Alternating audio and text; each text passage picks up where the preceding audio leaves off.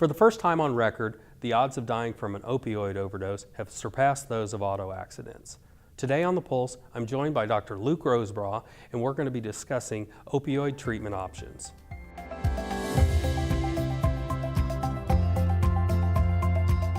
So why are opioids so dangerous? They're wonderful at pain management, especially acute pain. Use them a lot in the hospitals and emergency room. If you're using them long term, people can tend to build up tolerances to them.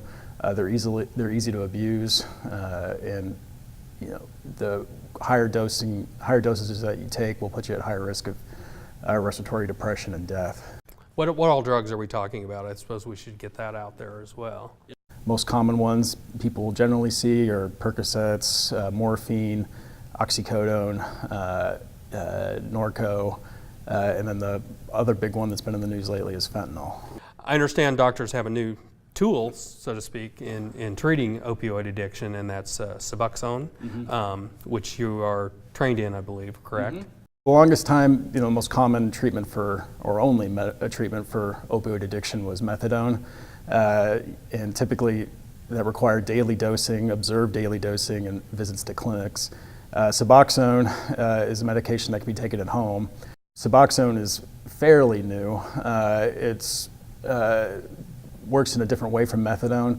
It's not an actual opioid.